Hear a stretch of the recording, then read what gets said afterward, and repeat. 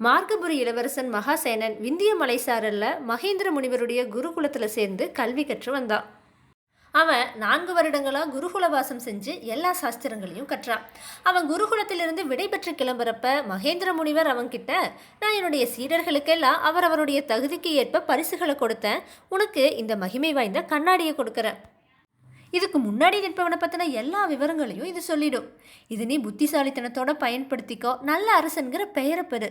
இது இனிமே பயன்படாதுன்னு உனக்கு தோணுறப்ப இதை எனக்கே திருப்பி கொடுத்துடுன்னு சொல்லி ஒரு அழகான கண்ணாடியை கொடுத்து ஆசிகள் கூறி அனுப்புனாரு. மார்கபுரியை அடைஞ்ச மகாசேனன் சில ஆண்டுகளுக்கு அப்புறமா அந்த நாட்டுடைய மன்னனானா.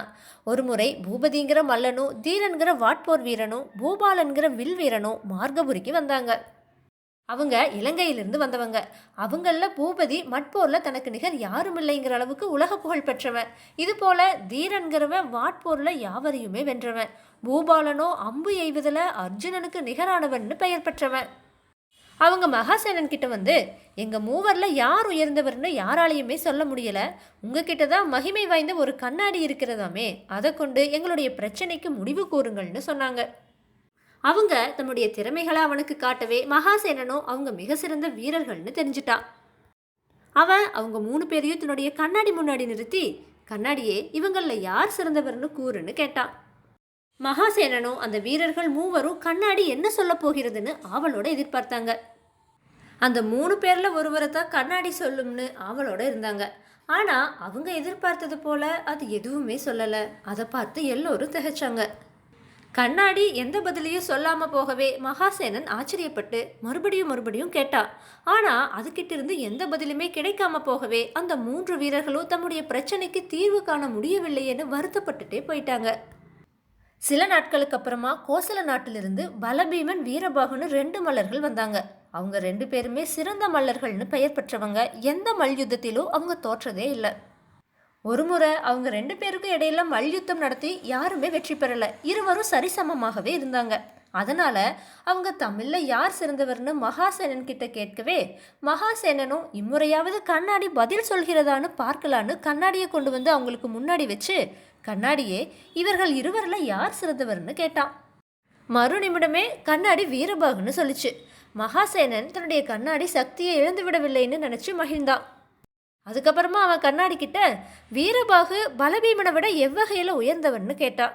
கண்ணாடியும், பலபீமன் ஒரு மந்திரவாதி கொடுத்த தாயத்தை கட்டிட்டு மட்போர் புரிவதால் அவனுக்கு தோல்வியே ஏற்படுவதில்லைன்னு சொல்லிச்சு. இதை கேட்ட பலபீமன் அவமானத்தால் தலை குனிந்தான். வீரபாகுவோ ஆத்திரம் கொண்டு பலபீமன் கையில் கட்டியிருந்த தாயத்தை பிடுங்கி தூர எறிஞ்சான். அதுக்கப்புறமா வீரபாகுவுக்கும் பலபீமனுக்கும் இடையில மட்போர் நடந்துச்சு. வீரபாகு எளிதாக பலபீமனை தோற்கடிச்சிட்டா. கண்ணாடி சொன்னது உண்மைன்னு நிரூபிக்கப்பட்டுருச்சு. மார்கபுரிக்கு பக்கத்தில் சிவகிரி தவளகிரின்னு 2 சிறு நாடுகள் இருந்துச்சு. சிவகிரி இளவரசி ஷியாமலாவும் தவளகிரி இளவரசி தாராவும் மிக மிக அழகானவர்கள்னு புகழ் பெற்றிருந்தாங்க. மகாசேனன் அந்த இருவரின் உருவப்படங்களை வரவழைச்சா. இருவரும் மிக மிக அழகானவர்களேன்னு அவனுக்கு தோணுச்சு. அவங்க 2 பேரில் ஒருத்தியை தேர்ந்தெடுத்து மனம் புரிந்து கொள்ள விரும்பி அவன் அவங்களுடைய தந்தைகள் கிட்ட, நீங்கள் உங்களுடைய மகளை அழைச்சிட்டு வந்து என்னுடைய விருந்தினராக சில நாட்கள் இங்கே இருக்கணும்னு வேண்டிக் கொண்டான். சிவகிரி மன்னன் தன்னுடைய மகளான சியாமலாவையும் தவளகிரி மன்னன் தன்னுடைய மகள் தாராவையும் அழைச்சிட்டு மார்கபுரிக்கு வந்தாங்க. அவங்கள மகாசேனன் வரவேற்று விடுதிகளில் தங்க வச்சு உபசரிச்சான்.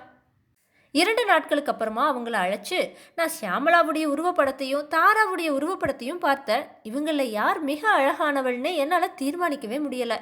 அவங்கள இப்போ நேரிலும் பார்த்துட்டேன். அப்படியும் அவங்களில் மிகவும் நல்ல அழகி யாருன்னு என்னால் தீர்மானிக்க முடியலை.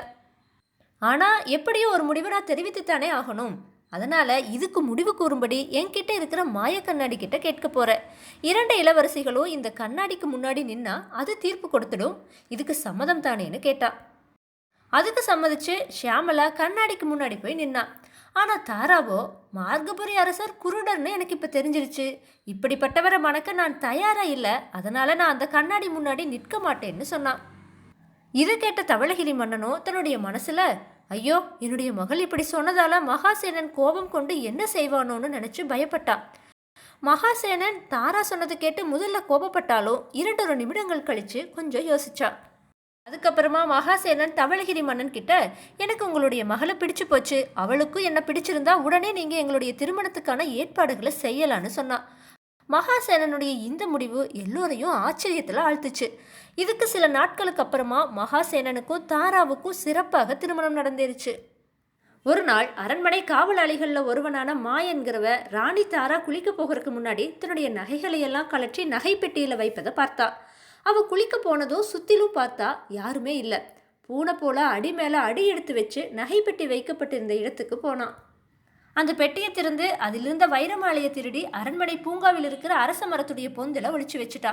அதை சில நாட்கள் கழித்து அங்கிருந்து எடுத்து போக அவள் திட்டம் போட்டிருந்தான். ஆனால் மாயன் வைரமாலையை ஒளிச்சு வச்சதை அரண்மனை வேலைக்காரியான அமுதா பார்த்துட்டா. மாயன் அங்கிருந்து போனதும் அவள் அந்த மரத்தடியில் போய் பொந்திலிருந்து வைரமாலையை எடுத்துட்டு தன்னுடைய வீட்டுக்கு போயிட்டா. ராணியுடைய வைரமாலை காணாமல் போய்விட்டதுங்கிற செய்தி மகாசேனனுக்கு அறிவிக்கப்பட்டுச்சு. ராணி தன்னுடைய நகைகளை கலற்றி வச்சுட்டு குளிக்க போயிட்டு சில நிமிடங்களில் திரும்பி வந்தா. அதுக்குள்ள வைரமாலை காணாமல் போய்விட்டது. வெளியால் யாரும் வரல. அப்படின்னா இந்த திருட்டை அரண்மனையில் அந்தப்புற பணிப்பெண்களில் ஒருத்தியோ அல்லது காவலாளிகளில் ஒருவனோ தான் செய்திருக்க வேண்டும்னு மகாசேனன் ஊகித்து விட்டா. அதனால அவங்களையெல்லாம் தன்னுடைய கண்ணாடி முன்னாடி அவன் நடக்க வச்சா. முதல்ல வேலைக்காரர்கள் கண்ணாடி முன்னாடி போனதால அது மாயன்னு திருடுன்னு சொல்லிச்சு. அதை கேட்டு அமுதாவுடைய முகம் மலர்ந்து போனதை ராணி தாரா கவனிச்சிட்டா. அவன் உடனே அமுதாவை பிடித்து கொள்ளும்படி வீரர்களுக்கு கட்டளையிட்டா. அப்போ மகாசேனன் அவளை கடுமையாக விசாரிக்கவே அமுதாவும் அவனுடைய கால்களில் விழுந்து, இந்த மாயன் வைரமாலையை மரப்புந்தலை ஒழிச்சு வச்சதை நான் பார்த்தேன். இவன் அங்கிருந்து போனதுக்கப்புறமா நான் போய் அந்த மரப்பொந்திலிருந்து வைரமாலையை எடுத்துட்டு என்னுடைய வீட்டுக்கு போனேன்னு சொன்னான். அதுக்கப்புறமா தன்னுடைய வீட்டிலிருந்து அவள் வைரமாலையை எடுத்துட்டு வந்து மன்னன் கிட்ட கொடுத்தா. மகாசேனன் அந்த வைரமாலையை ராணியுடைய கழுத்தில் அணிவிச்சு அவள் கூர்ந்து கவனித்த திறமையை ரொம்பவுமே பாராட்டினான். அதுக்கப்புறமா அவன் இந்த மாய கண்ணாடியால் நன்மைகள் ஏற்பட்டாலும் தீமைகள் ஏற்படவும் கூடும், இது இன்னைக்கு தெரிஞ்சிருச்சு. அதனால் இதை என்னுடைய குரு கிட்டவே திருப்பி கொடுத்துட்டு அவருடைய ஆசைகளை பெற்று வருகிறேன்னு சொல்லிட்டு கிளம்பி போனான். வேதாளம் இந்த கதையை விக்ரமாதித்தன் கிட்ட சொல்லி, முனிவர் கொடுத்த மாய கண்ணாடியால் முதல்ல வந்த 3 மாவீரர்களில் யார் சிறந்தவன்னு சொல்ல முடியாமல் போச்சு. வைரமாலை திருட்டிலும் மாயனத்தா திருடன்னு சொல்லிச்சு. இதனால் அது சில சமயங்களில் பதில் கூற முடியாது போனது தெரியுது. இரு அரசகுமாரிகளில் யார் அழகின்னு காண அவங்க இருவரையும் கண்ணாடி முன்னாடி நிற்க சொன்னப்ப தாரா எதுக்காக நிற்க மறுத்தா? அவன் மகாசேனனை குருடன்னு எதுக்காக சொன்னா? அப்படி சொன்ன தாராவை மகாசேனன் எதுக்காக மணந்துட்டான்? மாய கண்ணாடியால் தீமைகளும் விளையக்கூடும்னு மகாசேனன் சொன்னது சரியா? என்னுடைய இந்த கேள்விகளுக்கு சரியான பதில்கள் தெரிந்திருந்தும் நீ சொல்லாவிட்டால் உன்னுடைய தலை சுக்கு நூறாக வெடித்து விடும்னு சொல்லிச்சு. இதை கேட்ட விக்ரமாதித்தன் வேதாளத்துக்கிட்ட, மாய கண்ணாடியுடைய சக்தி அபாரம்ங்கிறதுல சந்தேகமே இல்லை, ஆனால் அதனுடைய சக்தி வரையறுக்கப்பட்டதுங்கிறத கவனிக்கணும். 3 வீரர்கள் விஷயத்தில் அவங்க ஒவ்வொருவரும் தம்முடைய துறையில் சிறந்தவங்க. அதனால் யார் உயர்ந்தவர்னு ஒப்பிட்டு பார்க்க முடியாது. ஒரு பெண்ணுடைய அழகு பற்றி ஒரு கண்ணாடியாக தீர்மானிப்பதுன்னு கோபம் கொண்டுதான் தாரா அதுக்கு முன்னாடி நிற்க மறுத்தா. இதனால தான் மகாசேனனை அவள் குருடன்னு சொன்னான். இதை ஊகித்த மகாசேனன் அவளை பெரிதும் மதித்து மனம் புரிஞ்சிட்டா. வைரமாலை திருட்டு விஷயத்தில் அது மாயனை மட்டும் திருடன்னு சொல்லிச்சு. அந்த திருட்டில் சம்மந்தப்பட்ட அமுதா தப்பிக்க வாய்ப்பு இருந்துச்சு. இனியும் இந்த மாதிரி நிகழ வாய்ப்பு இருக்குங்கிறனால தான் மகாசேனன் அந்த கண்ணாடியால் தீமைகளும் நேரலாம்னு நினைச்சான்னு சொன்னான். விக்ரமாதித்தனோட இந்த சரியான பதிலால் அவனுடைய மௌனம் கலைஞ்சது. அவன் சுமந்து வந்த வேதாளம் உயர கிளம்பி போய் மறுபடியும் முருங்கை மரத்தில் ஏறிடுச்சு.